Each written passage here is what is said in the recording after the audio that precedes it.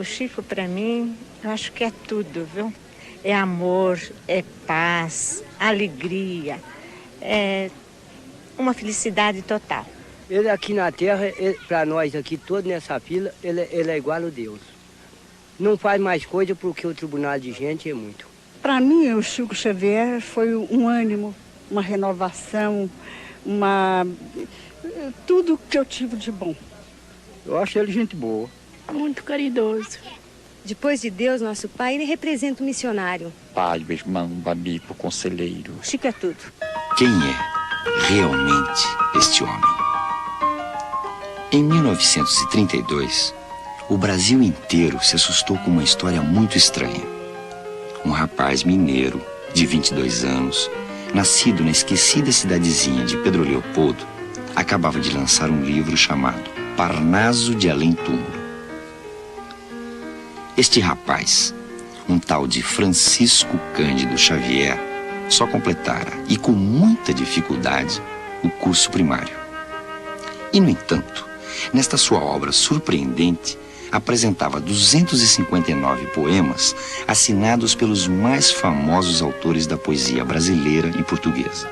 Com um detalhe: todos aqueles poetas, simbolistas, gongóricos, parnasianos, estavam mortos. Mas o rapaz afirmava que os poemas não eram seus. As pessoas bondosas que se reuniam à sua volta, espíritas kardecistas, seguidores do doutrinador francês Allan Kardec, diziam a mesma coisa. Como o Chico, que escreveu o Parnaso de Além Túmulo durante um ano, poderia compor obras daquela qualidade? Mesmo que ele fosse uma inteligência raríssima, imensurável, não teria a cultura suficiente para imitar, com perfeição absoluta, poetas como Castro Alves, Olavo Bilac, Augusto dos Anjos, Guerra Junqueiro, Arthur Azevedo.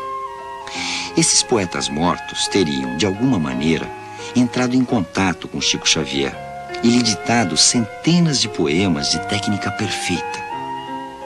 O Brasil da época, um país agrário que nem sequer sonhava com a industrialização, um país de bacharéis e literatos, dividiu-se diante do fenômeno. Críticos literários viram-se obrigados a reconhecer que os poemas eram idênticos à obra dos mortos. Outros negavam, indignados, movidos por questões de fé, a possibilidade dos mortos se comunicarem através de um médium. Mas não sabiam explicar cientificamente o que estava acontecendo. A maioria do povo brasileiro resolveu aguardar. E até hoje, mais de 50 anos depois, essa expectativa transformou-se num profundo respeito ao maior mito do país. Um homem simples, que ainda iria causar muitas surpresas e sustos. E que durante todo este tempo produziu 250 livros através do fantástico mundo dos mortos. São romances históricos, obras científicas, livros de filosofia espiritualista, livros doutrinários e até livros infantis. E sempre muitos poemas, dos mais eruditos às quadrinhas populares e bem-humoradas. Casamento de quem ama, do mais nobre aos mais plebeus, mesmo florindo na lama, é um lírio do amor de Deus. Alta de Souza. Beleza. Encontrei reencarnada aquela que foi meu bem, mas mesmo em braços de outro, é minha e de mais ninguém. Livro Barreto.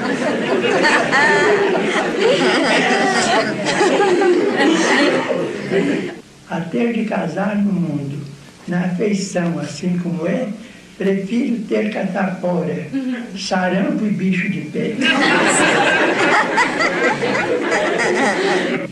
Sebastião das Queimadas.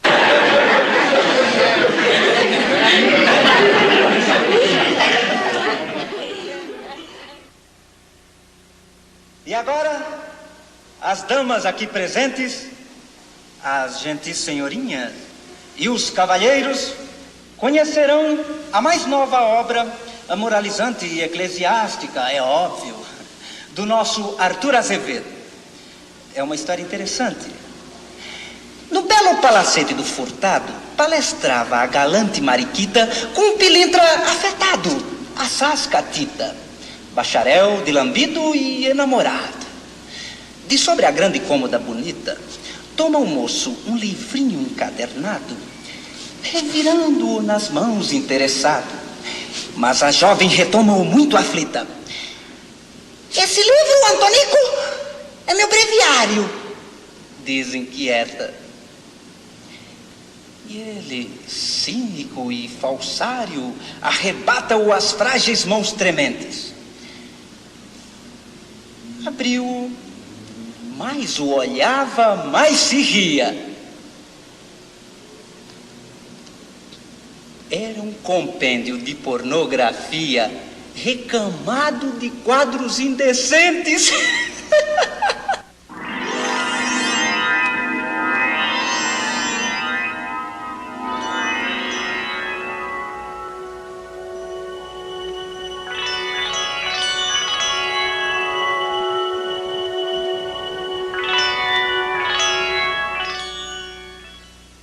O Palácio de Além Túmulo tem um aspecto paranormal no que tange a diferença entre a cultura do médium que o produziu, especialmente na época em que foi produzida, que ele ainda era muito jovem, e o alcance intelectual de algumas ou de várias poesias que foram psicografadas por ele. A paranormalidade está justamente nessa discrepância extraordinária, fora do comum, entre o conteúdo provável da mente do médium, a sua informação como pessoa humana, e o conteúdo daquilo que ele produziu como poesia psicografada. A paranormalidade está exatamente nessa discrepância, nessa tremenda diferença. Nascemos na mesma época, no mesmo ano, moramos na mesma rua. A primeira mensagem psicografada foi a 8 de julho de 1927.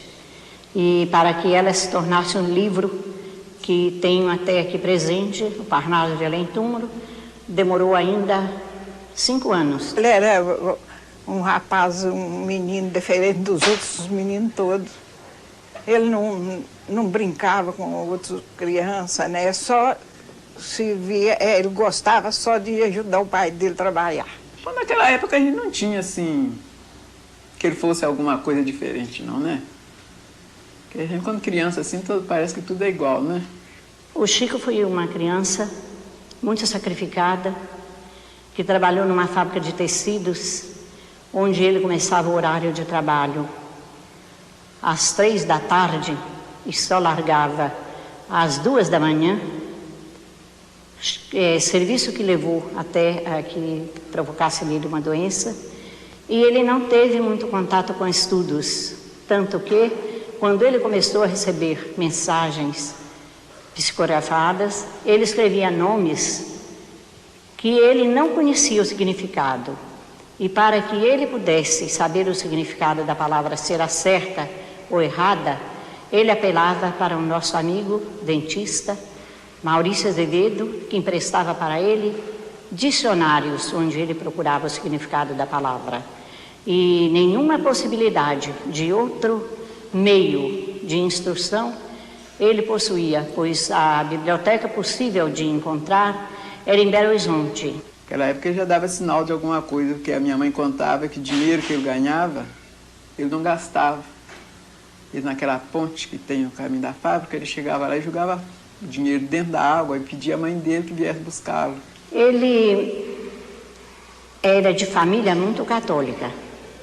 E ele foi muito católico quando criancinha, muito devoto. A mãe ensinou muito o filho a rezar, a pedir a Deus, a Jesus, a Mãe Santíssima.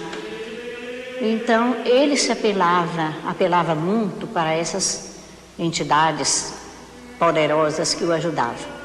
Ele não podia saber o fenômeno que se passava com ele, porque quando criança, com 5 anos, logo após a morte da mãe dele, ele ficou entregue aos cuidados de uma senhora que era madrinha dele. E nesse tempo, ele conseguia ver que ele rezava, pedia, como a mãe ensinava, E ele conseguia ver a mãe, mas como a mãe havia prometido a ele que não chorasse, porque ela viria, voltava para buscá-lo, que ela ia fazer uma viagem e que voltaria para buscá-lo, ele tinha fé naquilo, confiava na mãe e esperava pela mãe. Assim é que ele via a mãe e não achava que aquilo era nada demais, mas isso proporcionou a ele muitos chamados de atenção por parte da madrinha e dos familiares mais velhos, que achavam que ele estava doido, vamos dizer a palavra mais exata.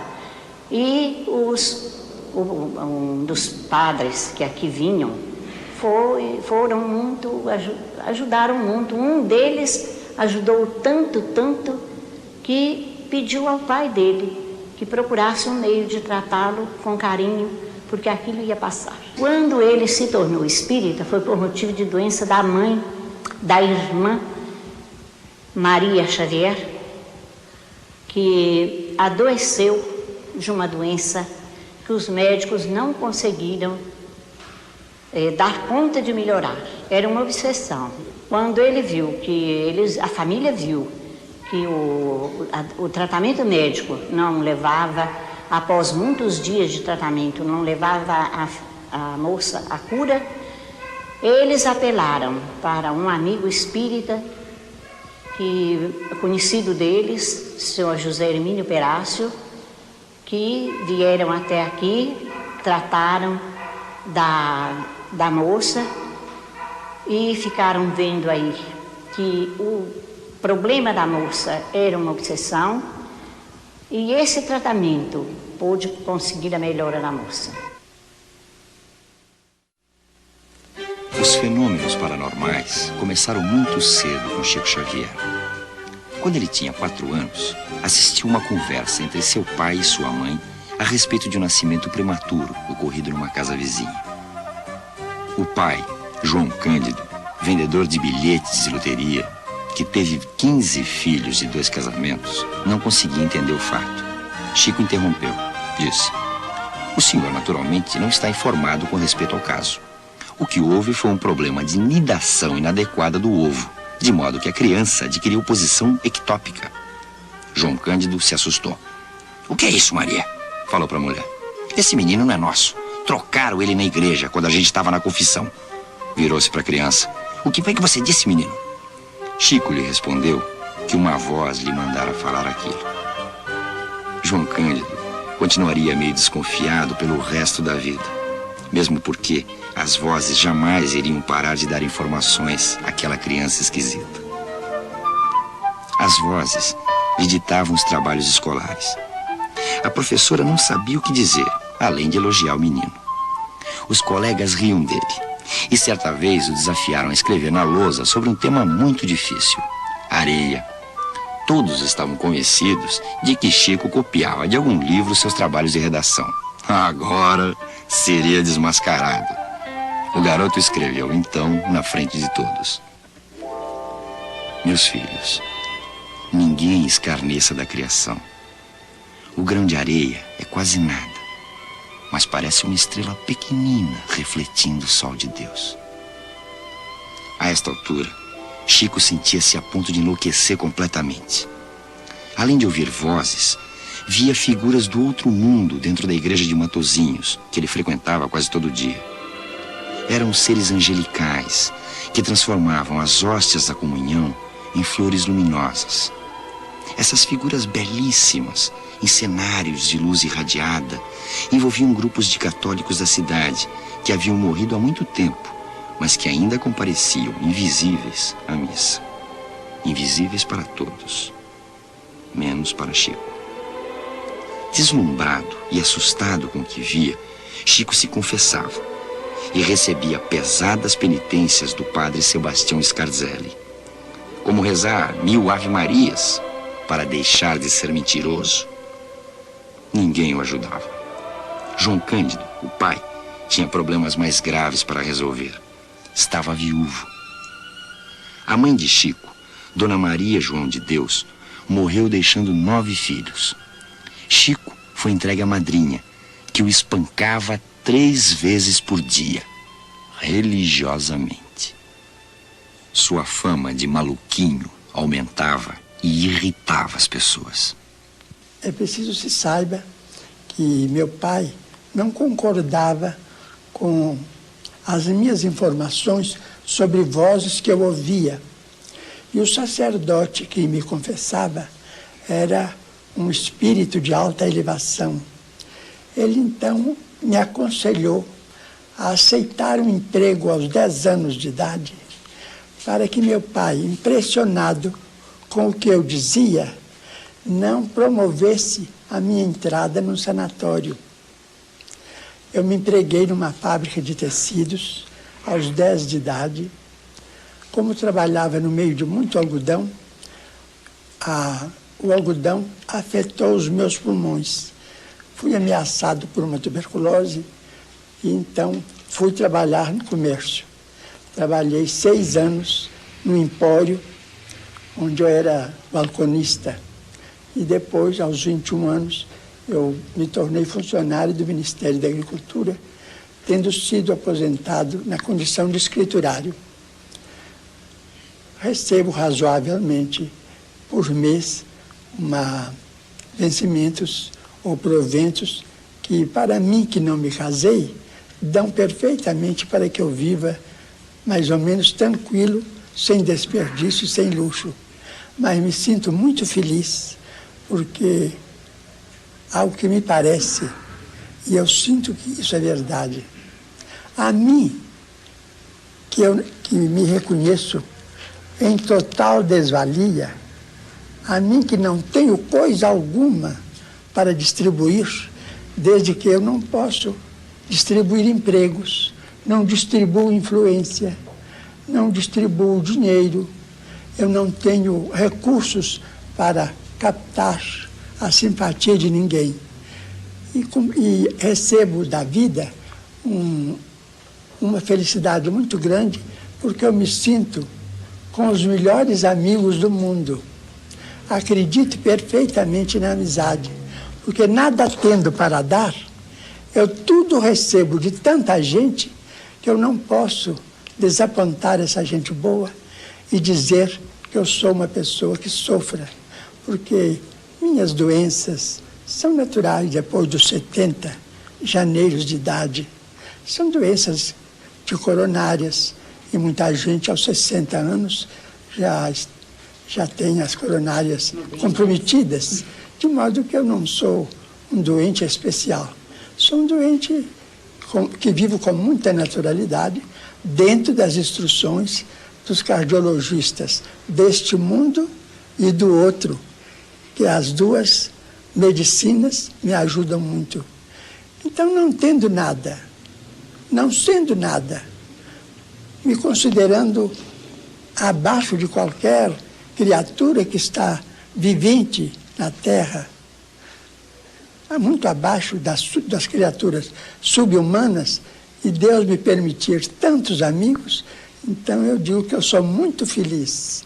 E a mediunidade só me deu paz, felicidade, alegria e muita vontade de viver para trabalhar. Mortas para suas famílias. Mais de 20 mil mensagens. Calcula-se que ele passou 100.000 horas da sua longa vida escrevendo em estado de transe.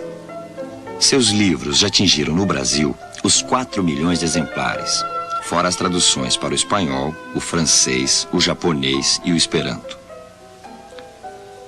Se recebesse pelos direitos autorais, que sempre foram cedidos ao movimento espírita, Chico Xavier seria dono de uma fortuna impossível de calcular.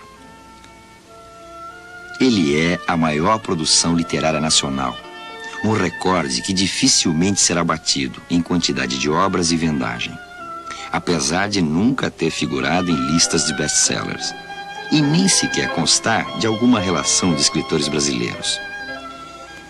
Tudo isso já seria trabalho exagerado para um simples mortal. Mas, pela sua renúncia compulsória a qualquer espécie de bem material, Chico foi obrigado a trabalhar em outros ofícios. Primeiro, para ajudar a família e sustentar os irmãos menores do segundo casamento de João Cândido. depois para sobreviver. Eu buscava ele de manhã cedo, às 8 horas, lá na casa dele e trazia para o serviço. E levava às 5 horas para casa. E às 4 e sexta-feira, tinha uma reunião com ele, o chefe aí na fazenda, né? E eu que buscava, esperava, depois terminava a sessão e levava para a casa dele outra vez. Eu conheci o Chico Xavier quando ele foi contratado para trabalhar nessa repartição, e ele fazia o controle leiteiro aos domingos ali no estábulo. Então, eu era o pesador do leite, e então eu tive contato com ele através de nossas conversas, quando ele apontava os quilos de leite que era ordenhado das vacas. Daí, então, nós adquirimos uma amizade que daí veio até os 30 anos de serviço nessa repartição, quando eu me aposentei. Teve uma tarde que eu ia levando ele para casa e ele ia atravessando uma cobra assim na estrada. Eu parei o animal e quis matar a cobra, ele não quis deixar. E pediu, não mata não, deixa a coitadinha da cobra embora, coitadinha, não tem culpa. Aí eu atendi o pedido dele, que era muito boa pessoa, muito meu amigo, até hoje somos. Fui, deixei, montei na charrete, toquei o animal com a charrete com ele para casa e levei ele para casa dele. Então ele com seus sapatos amarrados, sempre de paletó, com aquela conversa tão meiga, ele vinha. E quando passava aqui, ele tinha vontade de pegar no sino, que ele adorava esse sino. Ele que era o nosso lenitivo, ele que nos orientava, que nos aconselhava. Aquela vida dura de servidor público. E eu me lembro até de uma passagem muito interessante com o Chico Xavier, que eram 5 ordenhadores, 5 que tiravam leite, né? E o diretor dava assim, de presente, meu compadre, 1 quilo de manteiga para quem tirasse mais leite. E então, eles me procuravam, porque eu era o pesador, para me ajudar, os vaqueiros. Eram 5 vaqueiros, você lembra? Era o seu tio, João, Paulo Gonçalves, Vicente Moreira, Zé Inácio, já uns 3 já mortos, né, compadre? Não existe entre nós mais. E então, eu ordenhava. E então, na hora de eu pesar, de eu pôr o leite na balança, eu puxava a balança um pouquinho, porque o ordenhador me pedia, você podia me dar uma ajuda e tal, para mim ganhar o prêmio esse mesmo, então eu puxava. E ele descobriu o Chico Xavier. Então ele falou comigo, não faça isso, meu filho. Você pode fazer, mas faz com todos 5. Esse mês você faz com um, mês que vem você faz com outro, mas não faz isso para um só. Não. Nós erramos muitas vezes e devemos dar graças à providência divina de encontrarmos amigos que nos advirtam, ou que possam até mesmo nos repreender, para que cheguemos a um conhecimento mais seguro acerca de nós mesmos. Acreditava que Chico, pelo espírito de bondade que ele tinha, se desse nele um tapa na cara, ele dava o outro lado para receber uma outra bofetada, porque ele não reagia com ninguém. Podia maltratá-lo, ele era aquela pessoa boa, aquela pessoa sem receber qualquer ofensa. Era uma pessoa completamente diferente. Era um ser humano diferente de todos que eu já conheci até hoje nessa idade que eu estou.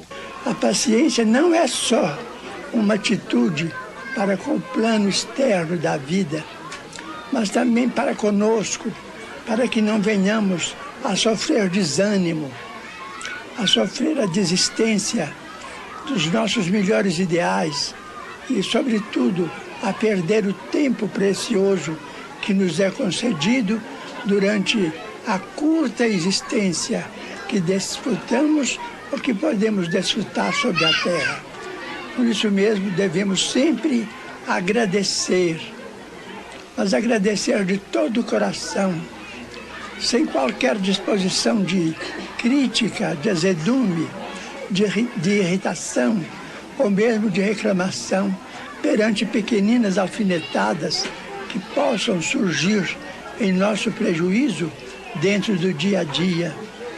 Tenhamos a mente e o coração voltados para o rio das bênçãos divinas que corre ao pé de nossas vidas, bastando que nos inclinemos um pouco para recolher a bondade de Deus de 1000 modos em nosso favor, e nós encontraremos mais paciência. No dia a dia, nós somos convidados a exercitar a paciência. Nós entendemos paciência não como uma atitude passiva diante dos problemas. Nós entendemos paciência é o saber entender as dificuldades nossas e do nosso próximo. Então o porteiro novamente gritou colérico: não, vocês vêm aqui nos trazer muita confusão. E pegou de um cajado e começou a bater em Francisco. Irmão Leão imediatamente tentou tomar a defesa de Francisco de Assis e Francisco gritou: por favor, não faça isso. Em nome de Deus, não reaja a estes instantes de violência. Eu sempre acreditei no poder do trabalho, sem ambições prejudiciais, porque existem também as ambições nobres. Se nós não respeitarmos o princípio da autoridade na governança dos países, nós não podemos medir a extensão dos disparates que são suscetíveis de aparecer no campo da rebeldia ou da conotação da rebeldia com a política, que é sempre necessária em qualquer país, estejamos dentro dela ou fora dela, todos precisamos de política. Então, creio que os governos merecem e precisam do respeito de seus governados para que o equilíbrio se faça em qualquer nação do mundo. Há quem diga que isso é fascismo, mas não é. É que sem obediência, sem disciplina, eu não creio em progresso algum, porque toda a natureza é uma lição de disciplina. O sol não abandona o seu posto pedindo férias, as árvores não reclamam contra a dilapidação de que são vítimas, os rios não protestam contra a poluição. Por que nós, seres humanos racionais, não poderemos encontrar uma fórmula de harmonização com os políticos que nos governam, agindo de acordo com a nossa consciência, mas respeitando as responsabilidades deles para com a comunidade, para que a comunidade seja também amparada pelas ordenações governamentais. Realismo mágico. Este é o termo que pode definir a atmosfera, os movimentos e os fatos que envolvem o médium. Por exemplo, não é o Chico que tem falado aqui. É Emmanuel. Emmanuel, o espírito guia. Amigo de muitas encarnações, que teria sido o senador romano Públio Lentulus. Os espíritas estão certos disso. E o próprio Chico admite que reproduz automaticamente a inspiração desse espírito superior, de alta hierarquia no mundo dos invisíveis. É o que o nosso Emmanuel nos inspira, nos recomenda dizer. Esperamos que Deus nos ajude para que estejamos com a paciência, tanto quanto a paciência de Deus está permanentemente conosco. Nas recordações de Chico Xavier, o primeiro encontro com Emmanuel, quando o médium completou 21 anos, é uma página digna da mitologia grega. Todos os ingredientes estavam reunidos. Uma paisagem belíssima, a do açude da cidade de Pedro Leopoldo, de águas ainda límpidas na época. Um momento de concentração, pois era ali que Chico se reunia com pessoas modestas da cidade para rezar aos domingos. E o milagre da visão do espírito, vestido em trajes sacerdotais e mostrando um semblante venerável. Você está disposto a trabalhar na mediunidade com Jesus? Perguntou Emmanuel a Chico. Sim, se os bons espíritos não me abandonarem. Você não será desamparado, garantiu Emmanuel. Mas para isso, é preciso que você trabalhe, estude e se esforce no bem. E o senhor acha que eu estou em condições de aceitar o compromisso? Perguntou Chico. Perfeitamente. Desde que você procure respeitar os 3 pontos básicos para o serviço. E qual é o primeiro? Quis saber o médium. Disciplina. E o segundo? Disciplina. E o terceiro? Disciplina. Emmanuel, na verdade, estava com ele há muito tempo, protegendo como um anjo da guarda. A ele é atribuída a autoria dos textos mais profundos de Chico Xavier. Primeira vez que ele viu Emmanuel de perto, 4 anos depois que ele recebeu psicograficamente, ele pediu ao Chico, Emmanuel pediu ao Chico, que queimasse aquele volume de psicografia. Logo depois que Emmanuel assumiu a liderança, a polêmica sobre Chico Xavier aumentou. Depois de muitas discussões entre espiritualistas e materialistas sobre o aspecto puramente paranormal de Chico Xavier, as dúvidas permanecem as mesmas. Essas discussões vêm há mais de 50 anos. Todos esbarram num ponto fundamental. Como ele consegue citar, para as famílias que o procuram, nomes de parentes mortos, dos quais ele não poderia ter conhecimento? Como ele consegue reproduzir obras de mortos geniais? Alguns que não admitem o espiritismo tentam explicá-lo assim. Chico Xavier tem o dom de ler o consciente, o subconsciente e até o inconsciente das pessoas. No mais, ele é um gênio da imitação. Uma posição equilibrada, no entanto, levará à conclusão de que imitação tem limite, mesmo para gênios. E afirmar que ele lê tão profundamente a complexa intimidade dos seres humanos é dar-lhe um poder maior do que ele próprio admite possuir. É transformá-lo num Deus. A verdade é que não é possível decifrá-lo cientificamente, com o conhecimento atual da humanidade. A discussão vira um problema de fé. Há os espíritas, para quem os fenômenos são normais, e há os que não aceitam, mas também não explicam. A hipótese da sua loucura, uma espécie de paranoia ainda não catalogada oficialmente, esbarra nos mesmos problemas. O médium nunca se opôs à pesquisa dos fenômenos que lhe ocorrem. Por outro lado, os pesquisadores não tiveram outra saída. Ou ficavam sem resposta, ou aceitavam a versão espírita. Aqui está o resultado de uma dessas pesquisas.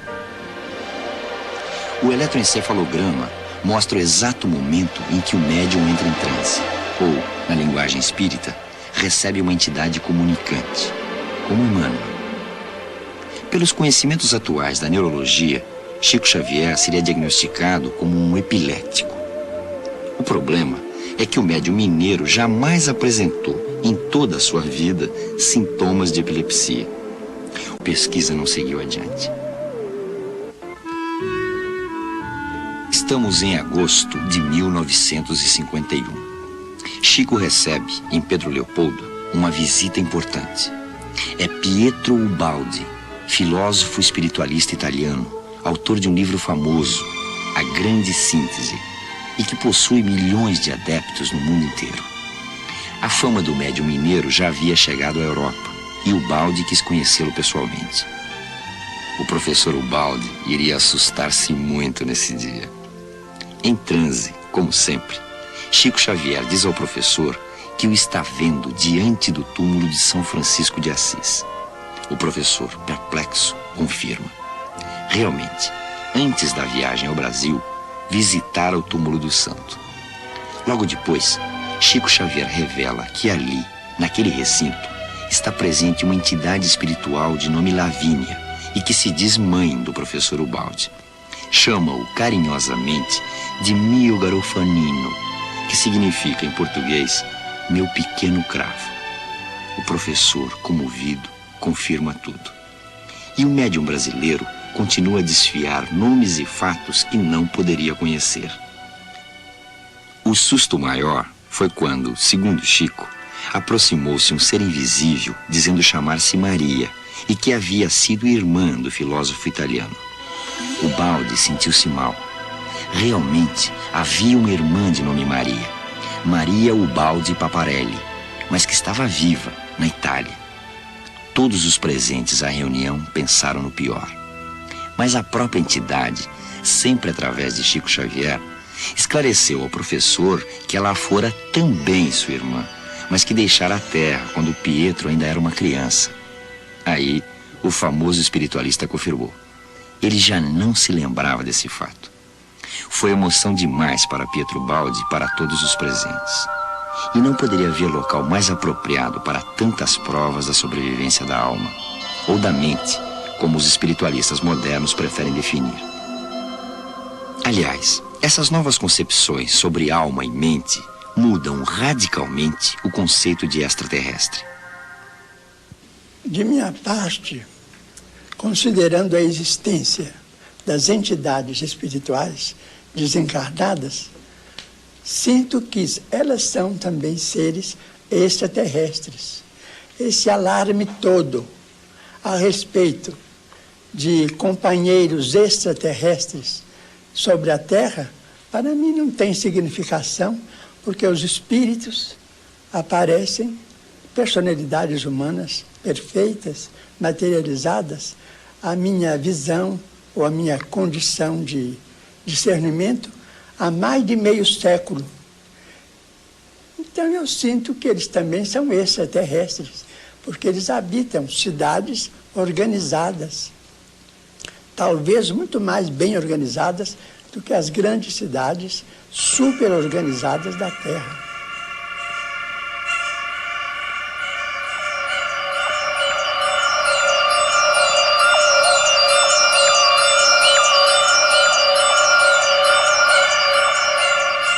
Chico Xavier passou toda a sua vida convencendo os céticos e materialistas que a aventura da vida não termina com a morte do corpo.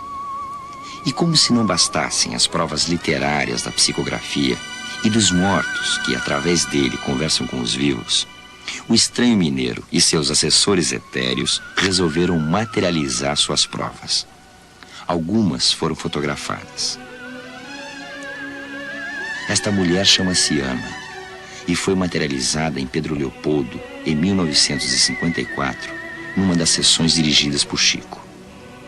Esta e outras fotos estão no livro Materializações Luminosas, escrito por um delegado de polícia, Rafael Américo Ranieri. O médium que está fornecendo o ectoplasma, substância sutil que molda a figura do espírito, foi o mais completo médium de efeitos que já surgiu no Brasil. Um homem modesto, chamado Francisco Lins Peixoto, o Peixotinho. A materialização, o espírito se condensa, ele adquire uma condensação, de modo que ele apareça, é ele mesmo, diretamente. Agora, usa o material que é do médium e uma parte dos assistentes, é o que se chama de ectoplasma. O ectoplasma é a matéria que todos nós temos, e o médium tem maior quantidade. Então o espírito se apropria dessa matéria e forma o seu organismo e vem conversar com a gente. No caso do Peixotinho, por exemplo, os espíritos apareciam iluminados. Iluminavam um salão de 25 metros quadrados, escuro, ficava com completa claridade. Desde que surgiu, no século passado, na França, o espiritismo é violentado por grupos de charlatães ilusionistas que se aproveitam da possibilidade dos fenômenos para ganhar dinheiro. Mas destas fotos, nenhum espírita duvida. Simplesmente porque foram atestadas por Chico Xavier em pessoa, de próprio punho e assinando embaixo. Os estudiosos do fenômeno chamam atenção para os detalhes da formação destes corpos fantásticos, como a cabeça de um espírito conhecido apenas como Pinheiros. No começo da materialização, a cabeça de Pinheiros está do tamanho de uma cabeça de bebê, porém com os traços de adulto que ele tinha em vida, na época em que se despediu deste planeta. Tem uns 3 anos, eu conversei com o Chico, da possibilidade de ele realizar alguns trabalhos de materialização, porque ele não quer aparecer nesse campo, porque Emmanuel proibiu o Chico de realizar materializações. Mas eu tenho certeza que ele contribuía com uma quantidade grande de ectoplasma, além da assistência espiritual de que ele dispõe. E podem ajudar. Agora, os assistentes também cooperam com a parte do ectoplasma. O Chico tem várias mediunidades. Ou por outra, a mediunidade dele é muito polimorfa. Ele, naturalmente, a mediunidade mais acentuada dele é a de psicografia. Mas o Chico apresenta, por exemplo, clarividência, clareaudiência. Ele pode ver e ouvir os espíritos. Além disso, ele possui a faculdade de sair fora do corpo, desdobrar-se. Não é bem uma mediunidade, mas é uma faculdade paranormal que inclui, naturalmente, os fenômenos paranormais. E, finalmente, o Chico apresenta a faculdade de materialização. Ele pode provocar materializações, ele produz ectoplasma, e, finalmente, ele tem uma mediunidade raríssima, que é justamente a de xenoglossia, falar línguas estranhas, línguas estrangeiras. Vim me recorrer ao Chico Xavier como uma última tentativa minha de conseguir, por pequena notícia, 5, 3 linhas que fosse, a respeito do meu marido, que foi assassinado pelas costas com 3 tiros. Falei sobre o desencarne do meu marido, as ameaças sofridas, e ele anotou simplesmente o nome, a mensagem.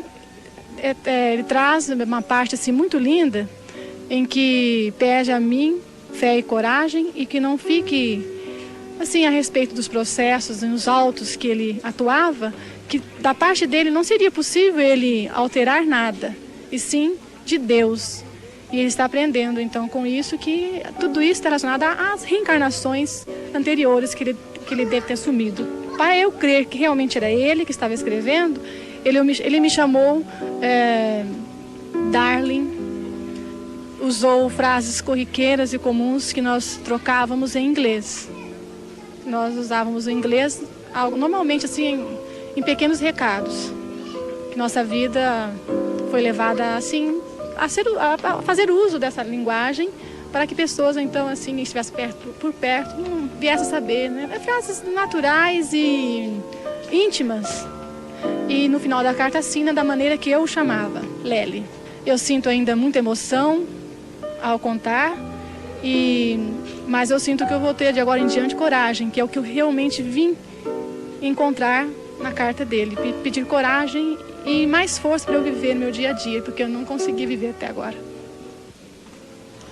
Eu comuniquei ao Chico do falecimento da minha mãe. No dia mesmo eu recebi simplesmente uma pequena mensagem dizendo que ela se encontrava em refazimento espiritual, que precisava de muitas preces, e através das nossas preces diariamente, eu especialmente, e da minha esposa, tentamos fazer o melhor possível. Daí depois, no dia 22 não lembro bem a data, 6 meses depois, nós recebemos a primeira mensagem psicografada em italiano. Coisa inédita que Chico até então nunca tinha psicografado em italiano. Então ele nos dizia que se encontrava sob orientação espiritual, estava sendo ajudada espiritualmente, que estava muito ligada a nós, especialmente a meu pai, a minha irmã, que eu tenho uma irmã que se encontra na Suíça. Então, a primeira mensagem que eu recebi, observei um fato assim estranho, no modo do Chico segurar o lápis.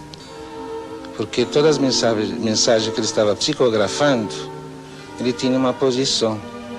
Quando veio a mensagem da minha mãe, observei que ele segurou o lápis com o dedo indicador e o médio. E o lápis estava inclinado. E eu senti uma vibração dentro de mim, estava afastado, e de fato era a mensagem da minha mãe. Esse é um dos cartões postais, onde tem a assinatura dela, e essa seria uma das mensagens que coincide com assinatura dela. E mesmo assim, as palavras assim, que ela dizia para nós, tem muita coisa na mensagem que dá a entender claramente que são as próprias palavras delas nas cartas que ela dizia para mim. Arilene Aron recebe mensagens em inglês, Hortêncio Saulo em italiano, e a família israelita Muscat recebe em hebraico, misturado ao português. Baruch Daim Emes escreveu esse rapaz, Roberto Muscat, entre dezenas de outras expressões em hebraico. Baruch Daim Emes significa abençoado seja o juiz da verdade. A família teve de aceitar a real sobrevivência de Roberto, morto no dia 14 de março de 1979. A família está certa de que ele habita um novo plano mental, um outro estágio do seu desenvolvimento como ser racional, inteligente.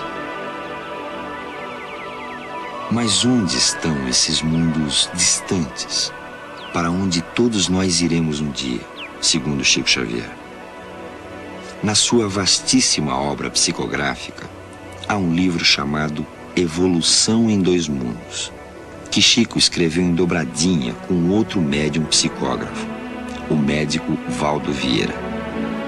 O livro descreve, numa linguagem essencialmente científica e complexa na maioria das suas páginas, a relação entre o mundo físico que habitamos e o mundo espiritual para onde iremos um dia. E esse livro, cuja autoria foi atribuída ao espírito André Luiz, traz muitas respostas a certas indagações existenciais dos seres humanos. Para onde iremos? O livro esclarece. Para idearmos, de algum modo, a grandeza inconcebível da criação, comparemos a nossa galáxia a uma grande cidade, perdida entre incontáveis grandes cidades de um país cuja extensão não conseguimos prever. Tomando o Sol e os mundos, nossos vizinhos, como apartamentos do nosso edifício, reconheceremos que em derredor repontam outros edifícios em todas as direções.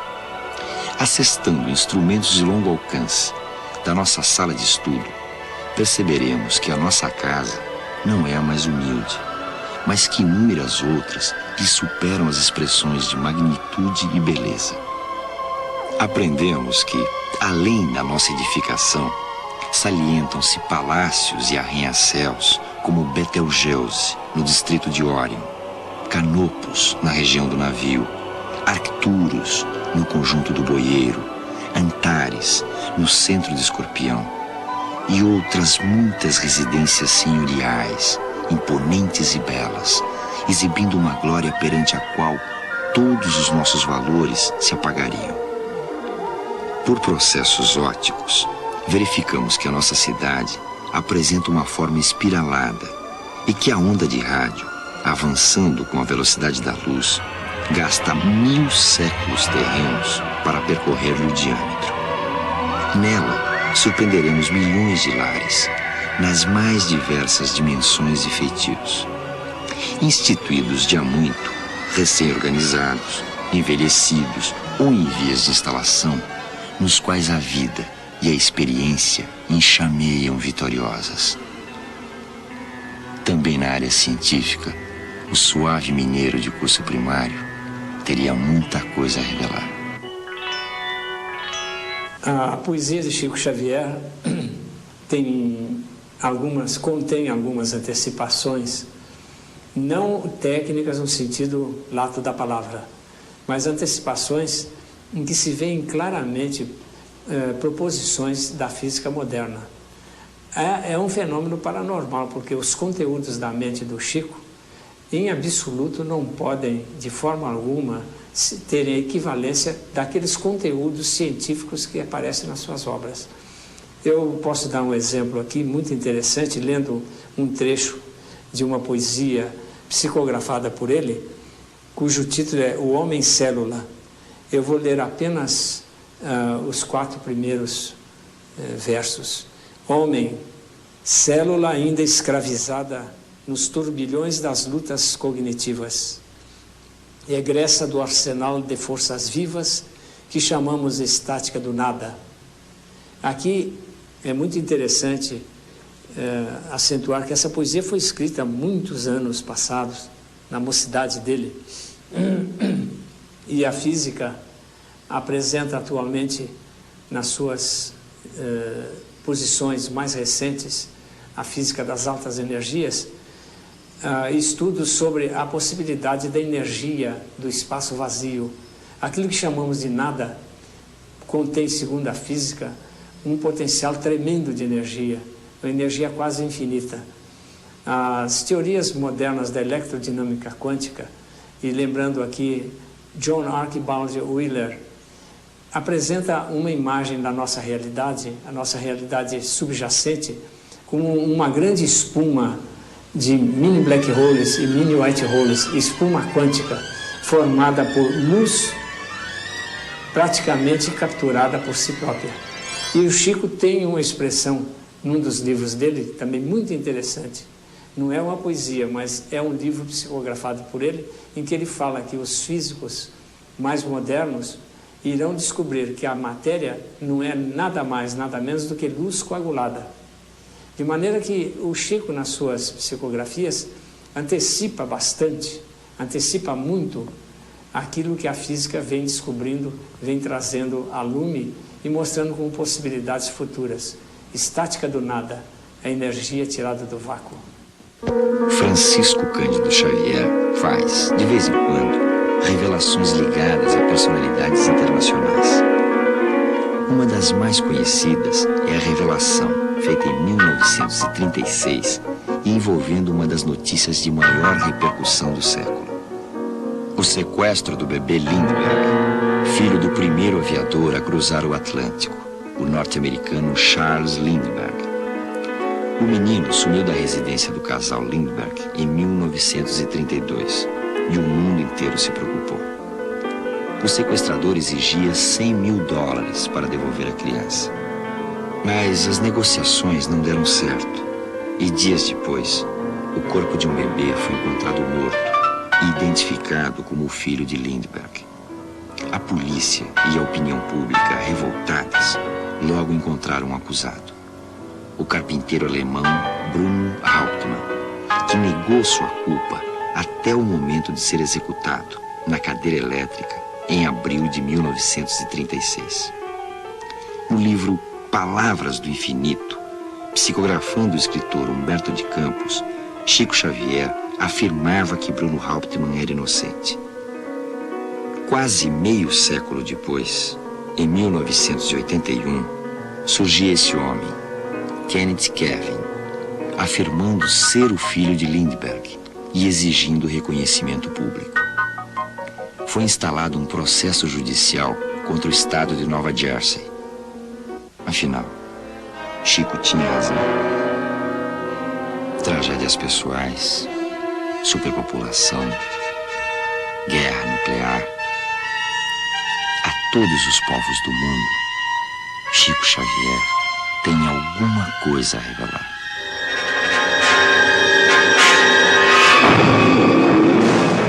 Nos impressionamos com o número dos habitantes da Terra, mas sim com a disposição daqueles que governam os países supercivilizados ou supercultos. Se eles puderem sofrer os embates das próprias paixões e continuarem mantendo a estabilidade da paz,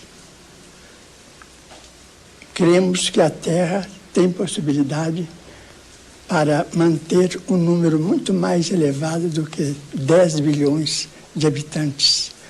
Agora, a guerra é um problema dos governantes e dos interesses das nações chamadas superpotências.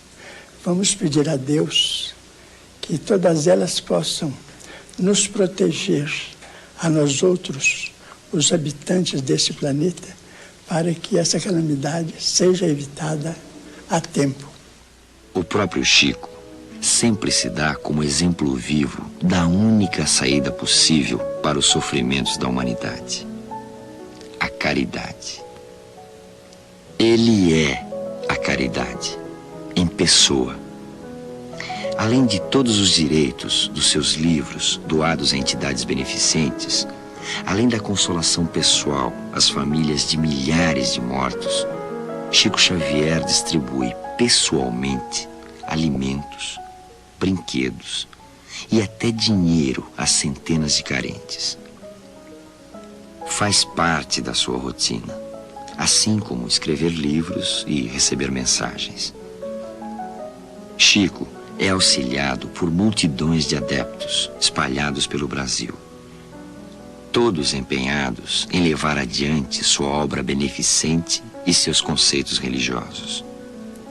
E é por isso, sobretudo, que os seus críticos não têm como atacá-lo e negá-lo. Mesmo que não acreditem no que ele prega e revela, a maioria absoluta dos brasileiros, de todas as religiões e escolas filosóficas, o respeita por sua dedicação anônima ao próximo.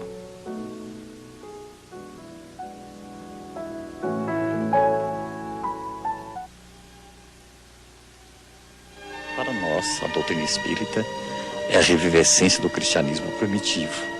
É Jesus que volta ao mundo através da doutrina espírita para consolar, instruir, libertar o homem do seu materialismo, provando a imortalidade da alma através de um fenômeno mundial que nós chamaríamos de um Pentecostes universal pelos processos da mediunidade. É o Consolador prometido pelo Senhor e é para nós a terceira revelação. Creio que a criatura justa e caridosa, a bem dizer, quase que não precisa de um rótulo religioso, porque ela já está em afinidade com as leis universais do bem eterno. Agora, todas as criaturas professando a doutrina espírita, seria uma pretensão muito grande de nós outros, os espíritas, se estivéssemos com essa lembrança infeliz, porque comunidades existem profundamente diversas umas das outras, com rituais, com princípios, até mesmo com dogmas e determinadas ordenações que separam os crentes uns dos outros, uma separação suposta, porque no fim todos chegaremos aos mesmos resultados, que é a vitória do bem.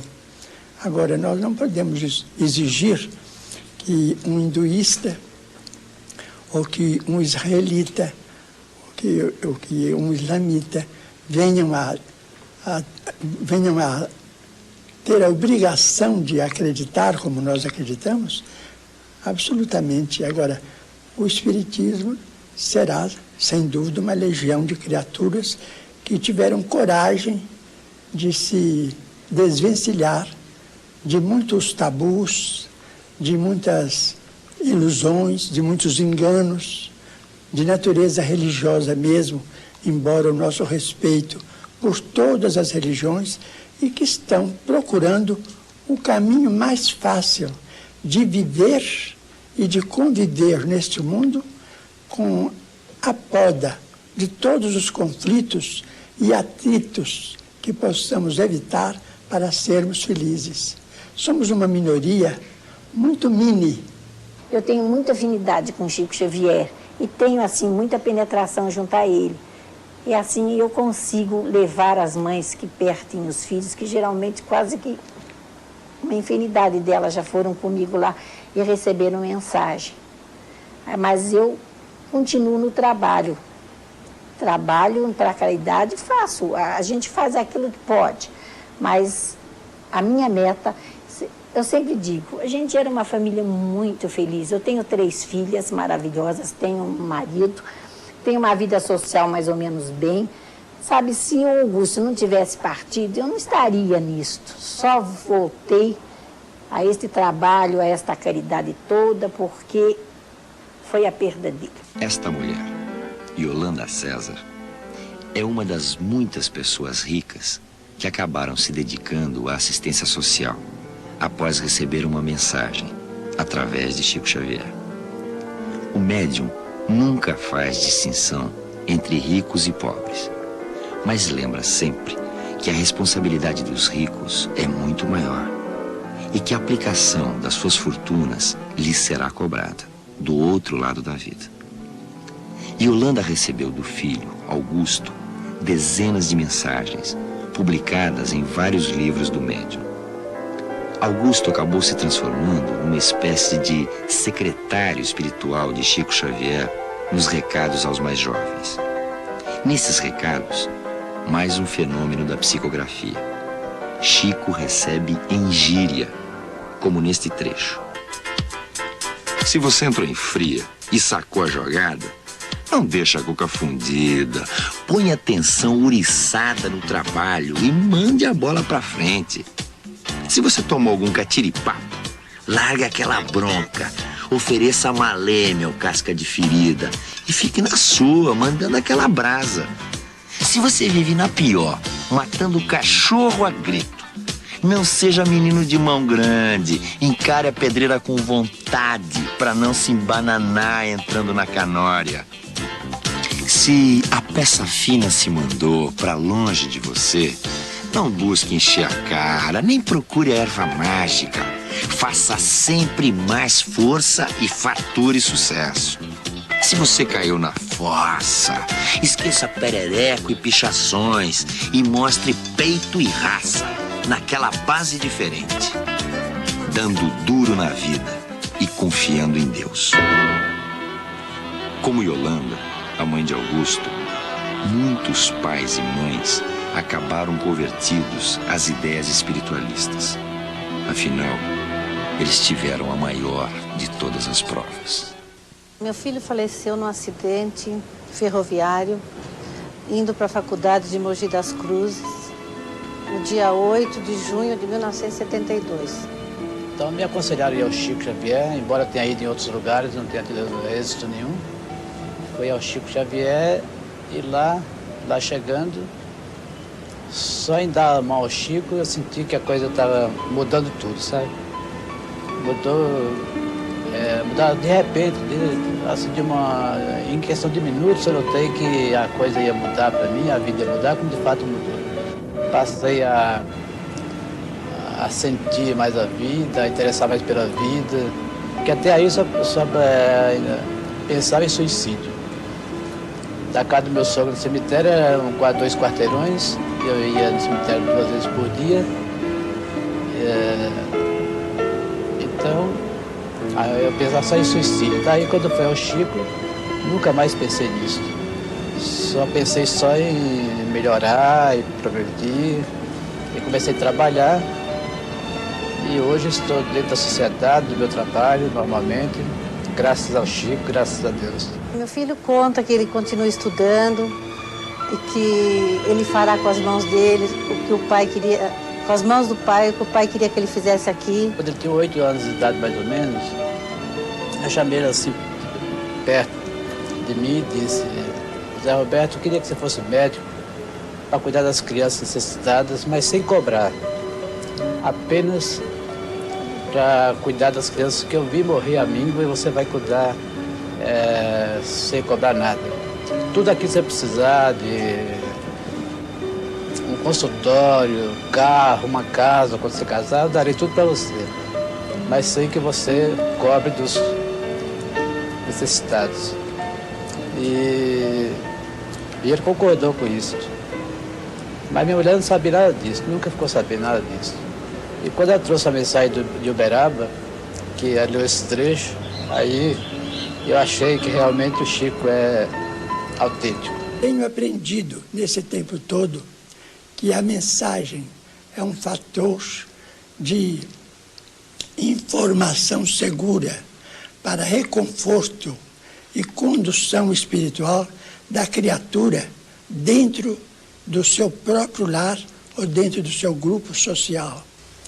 Porque essas mensagens, pelo menos as que acontecem por meu intermédio, elas definem, explicam e simplificam o ensinamento de Jesus Cristo e compreendemos como sendo o maior vulto que já passou e que brilha sobre a terra, ensinando-nos a arte de viver e de conviver. E essas mensagens nos ajudam, de todo modo, a evitarmos as calamidades individuais, como sejam o suicídio, o homicídio, o desânimo, a irritação, o ciúme, a intolerância, a intransigência. São males que nós, às vezes, não recenseamos, mas que nos perturbam profundamente a vida. E essas mensagens nos vacinam contra esses males íntimos. Eu perdi meu filho num acidente de automóvel. Ele estava sozinho no carro dele e o ônibus entrou no carro dele. Ele sofreu um acidente no dia 25 de outubro, ficou na UTI até 12 de novembro, foi o dia que ele desencarnou. Nós não pudemos fazer uma visita para ele, nada, não pudemos conversar com ele. A gente ficou quase louco. Então, quando eu posso, eu sempre vou no Chico. Mesmo que eu não receba uma mensagem, que está sendo um pouco difícil receber mensagem, eu não tenho muita oportunidade lá no Chico. Mas uma notícia que eu tenho, eu já venho feliz para casa. Umas linhas que eu trago, eu já me conformo, já está tudo bem. Eu sabendo que está tudo bem com ele lá, eu já fico feliz. Ele não quis comentar o acidente na mensagem. Ele não quis comentar. E apesar de ele ter tido um acidente tão grave, ele diz na mensagem que foram apenas uns arranhões que sararam muito depressa. Que para mim se acalmar, que estava tudo bem com ele. Eu, no começo, fiquei feliz porque eu esperava demais essa mensagem. Para mim, essa mensagem foi tudo. Eu agradeço ao Chico demais, porque essa mensagem me trouxe à volta, porque se não fosse essa mensagem, eu acho que eu já teria morrido. Ele citou a avó, o avô, a minha mãe, que ele chamava, eu sou filha de estrangeiro, ele chamava a minha mãe de Baba. E na mensagem ele chama a minha mãe de Babinha.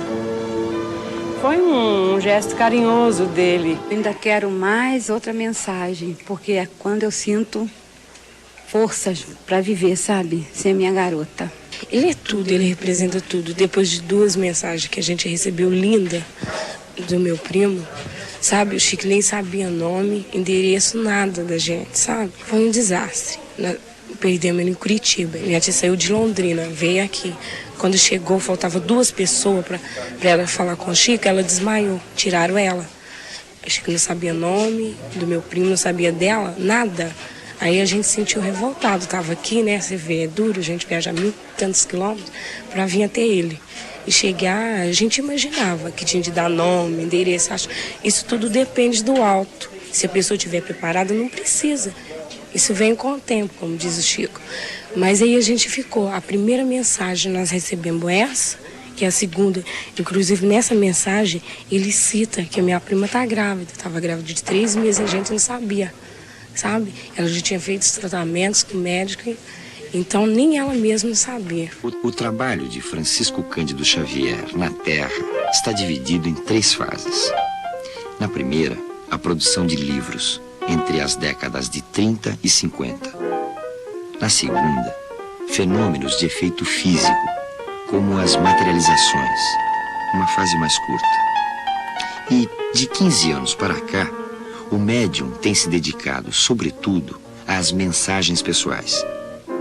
E a Associação Médico Espírita do Estado de São Paulo chegou a elaborar estatísticas dessa terceira fase da missão de Chico Xavier. Inúmeras evidências de que o comunicante possui uma personalidade própria. Na pesquisa que foi referida, nós podemos observar que, em 95% dos casos, Chico Xavier não conhecia a entidade comunicante. Nós pudemos também levantar os dados e obter frases, estilos, palavras comprovadas em 40%, 30% e 25% dos casos. Ainda nós tivemos dados interessantíssimos, por exemplo, nós tivemos 52,5% de assinaturas idênticas, 22,5% semelhantes e as outras diferentes. Nós podemos também constatar uma outra evidência bastante importante, reconhecida pela família e pelos familiares. Não houve erro em 100% dos casos. Nós tivemos também outro dado muito interessante apresentado, que nos documentos, cartas, em 43% dos casos, havia frases inteiras, o estilo todo do comunicante. Isso para comprovar que o banco de memória continua o mesmo no espírito comunicante. E isso traz evidências muito profundas e muito interessantes da sobrevivência da alma e que nós entregamos com muito prazer àqueles que desejarem compilar estas pastas junto conosco e conosco estudar. Em 1958, Chico saiu de sua cidade natal, Pedro Leopoldo, e foi morar definitivamente em Uberaba, a 350 quilômetros, no mesmo estado de Minas Gerais. Um dos motivos dessa mudança é que Pedro Leopoldo, com 30 mil habitantes, não mais comportava tantos fenômenos. E o médium e sua família também não suportavam mais o assédio de dezenas de jornalistas do mundo inteiro, e nem todos bem-intencionados. Esta é a Pedro Leopoldo de hoje.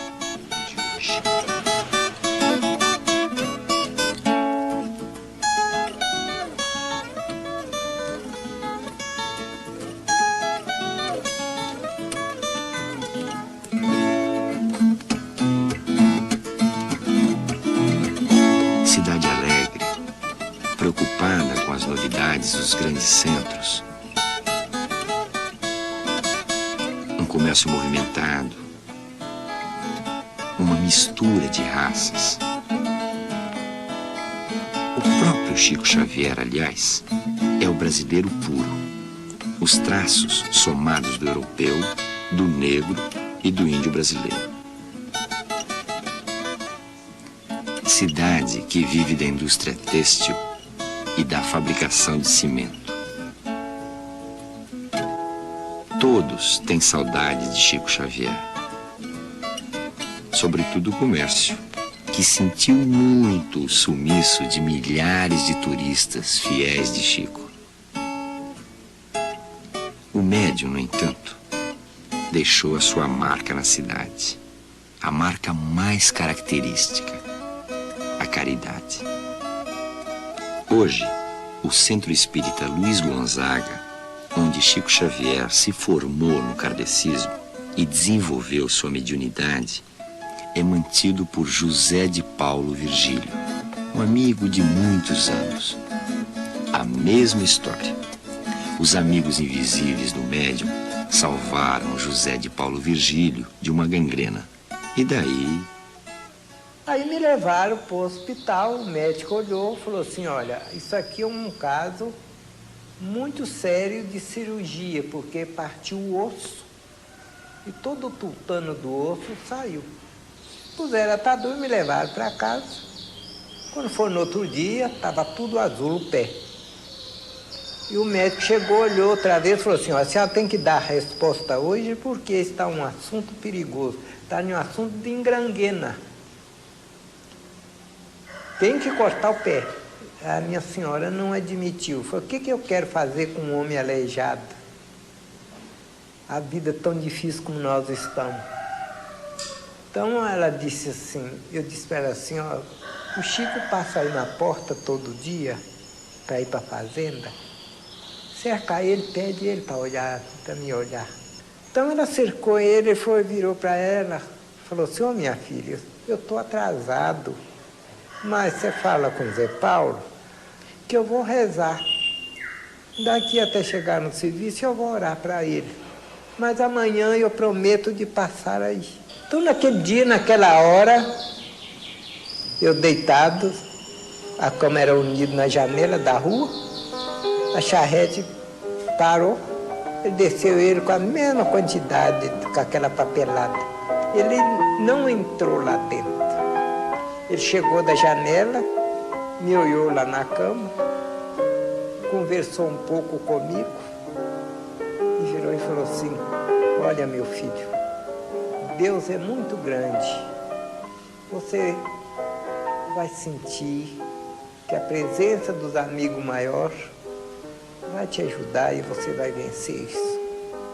Naquela noite, eu dormi bem, pude alimentar e o pé desinchou um pouco. O médico voltou para saber a decisão. Minha senhora falou assim: ó, doutor, não vamos mais, eu não quero que opere o pé do meu marido. Não quero que opere o pé do meu marido. Então, o médico olhou e disse assim: uá, por que a senhora pôs que o pé desinchou? Não está mais azul. A infecção baniu. À medida em que ia ficando bom do pé, José de Paulo Virgílio começava a se interessar pelos trabalhos espíritas e frequentar as sessões. Era um assistente comum, um aprendiz, até que recebeu a maior responsabilidade da sua vida. Ele virou para mim e falou assim: Zé Paulo, vamos ali? Foi assim: vamos aonde? Vamos ali beber um cafezinho. Então eu saí com ele, ele agarrou no meu braço, me deu o braço. E eu virei e falei assim: dois homens dados o braço no meio da rua, isso até é uma vergonha. Isso aí eu. Então saiu ele agarrado no meu braço e fomos conversando. Chegou ali diante, ele mandou botar o cafezinho, nós tomamos o cafezinho. Ele virou para mim e falou assim: Zé Paulo, logo à noite você pode dar um pulo no Luiz Gonzaga para nós conversar? Eu falei: posso. Isso tudo foi tudo nós dois. Então, quando ele estava para ir para Uberaba, nós lá íamos tomar café na casa do André. Era às 2h30 da madrugada. Francisco Cândido Xavier virou para mim e falou assim: Zé Paulo, esse trabalho todo vai ficar sobre a sua responsabilidade. Eu falei: Chico, como é que eu vou fazer com esse povão? Ele falou: não, vai ficar sob sua responsabilidade. Emmanuel está me dizendo que você vai tomar conta desse trabalho, mas você não tem direito de pedir um tostão a ninguém. A providência divina de Deus e de Jesus vai pôr tudo nas suas mãos para você distribuir com esse povo. E esse povo é esse que estão aí, é sopa, é tudo, é enxovaizinho, é tudo. Eu já estou com meus 39 anos nessa luta. Há mais de 20 anos, a cidade de Uberaba tem a honra de guardar essa unanimidade nacional. Uberaba, cidade famosa no Brasil pela sua criação de zebu, possui 200 mil habitantes e uma infraestrutura suficiente para receber todos os que procuram um médium. São milhares de pessoas que viajam, às vezes milhares de quilômetros, sempre à espera de uma mensagem de um morto querido, ou de, pelo menos, uma palavra de consolo. É um privilégio conseguir um lugar dentro da pequena casa transformada em sede do grupo Espírita da Prece. Esse movimento acontece todas as sextas-feiras e sábados, quando se realizam as sessões públicas. E quando Chico Xavier surge, faz-se um silêncio emocionado. A sua figura não é apenas carismática. A sua presença provoca uma emoção indefinível. E é aí que se compreende a sua indicação, em 1980, ao Prêmio Nobel da Paz.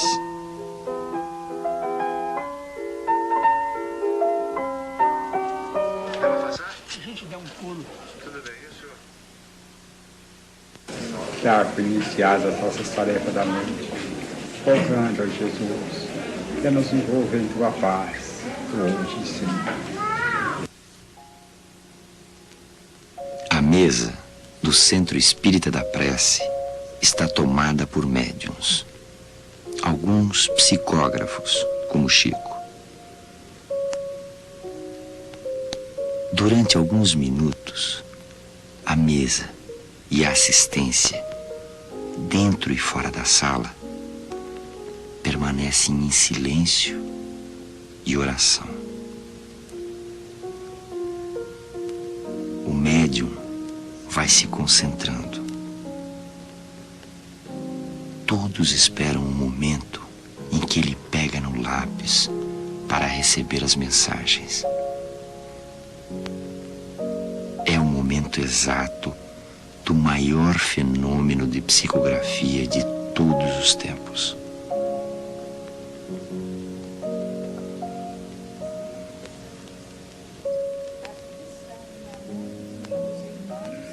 Pelos laços do Espírito, pois todo aquele que faz a vontade de meu Pai, que está nos céus, é meu irmão, minha irmã e minha mãe. De O Livro dos Espíritos, página 330. Limite do trabalho, repouso. A pergunta 682. Sendo uma necessidade para todo aquele que trabalha, o repouso não é também uma lei da natureza? Sem dúvida. O repouso serve para a reparação das forças do corpo e também é necessário para dar um pouco mais de liberdade à inteligência, a fim de que se eleve acima da matéria. E assim, amados irmãos, iniciando as nossas tarefas da noite,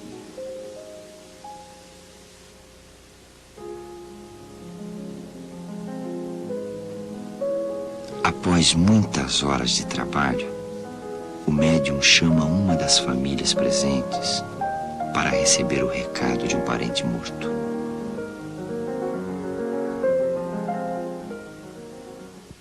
Algo desorientados, indagando por quê. A luta tem sido grande para enxugar-lhes o pranto e venho pedir-lhes coragem e fé, coragem e fé em Deus.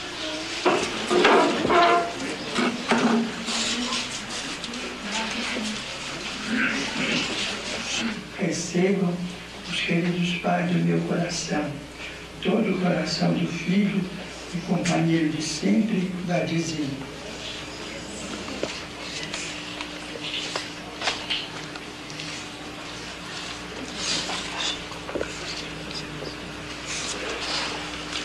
Chico, Deus do Pai, e as minhas orações, Deus sempre conduz.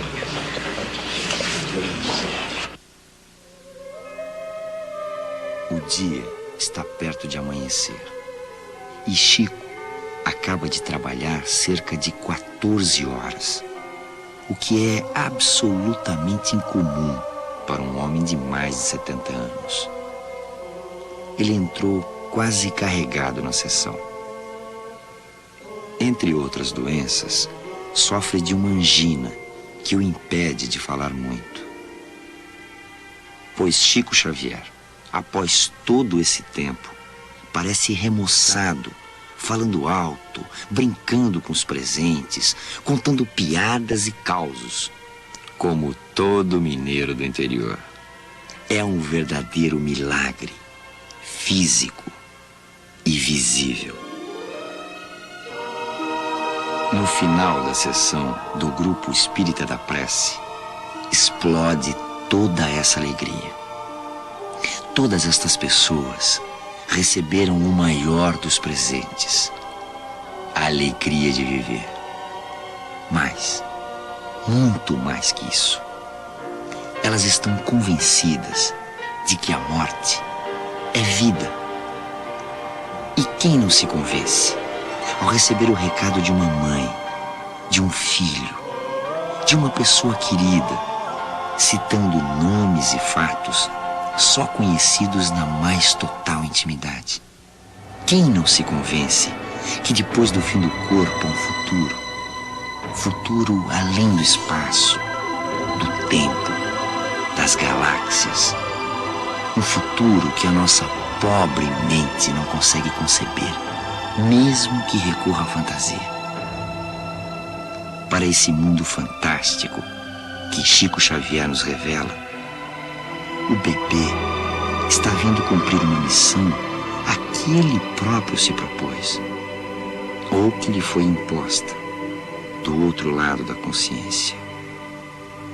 Do ponto de vista do espírito, da mente liberta, a vida é uma espécie de morte. A vida, tal como a conhecemos materialmente, não passa de um claustro, uma prisão. A consciência subjugada por um corpo mortal, limitado. Uma pena que temos de cumprir para que consigamos progredir e nos aperfeiçoar para a verdadeira vida. Mas, para atingir a felicidade total do espírito liberto, há algumas regras. Uma delas é a de que temos de esperar pacientemente que o nosso ciclo na Terra se acabe, naturalmente, quando Deus nos chamar.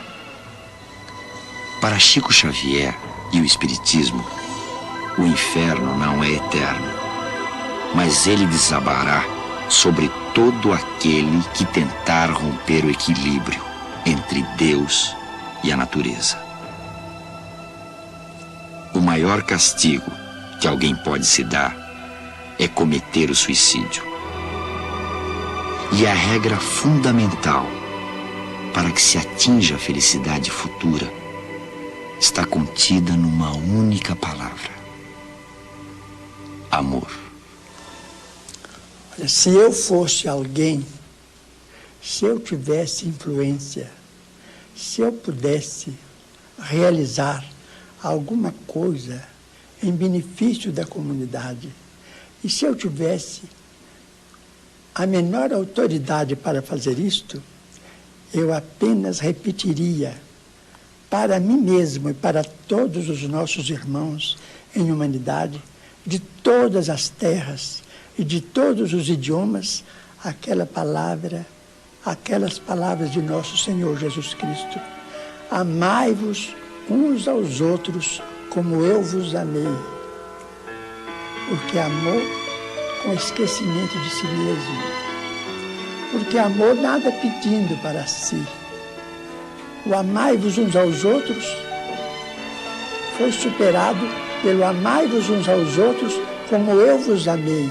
Amar alguém ou alguma causa sem pedir nada, sem esperar o pagamento nem mesmo da compreensão da inteligência do próximo, então é trabalhar por uma humanidade mais feliz, por um mundo melhor, pela extinção das guerras e pelo incentivo do progresso em bases morais convenientes para que nós todos estejamos no melhor lugar possível que possamos ocupar no campo da vida humana, servindo ao Pai, ao Criador, a nosso Senhor Jesus Cristo e a todos os princípios cristãos, ou mesmo aos princípios mais nobres de outras religiões, para que, com o respeito mútuo, possamos vencer todas as barreiras e amar como o amor deve ser consagrado entre nós. Isto é, amor sem recompensa, porque todo amor que é possessivo, infelizmente, ainda é um amor muito parente, de grande parentesco com o amor dos animais. O que é o Chico Xavier para a senhora? É um grande homem não entendo.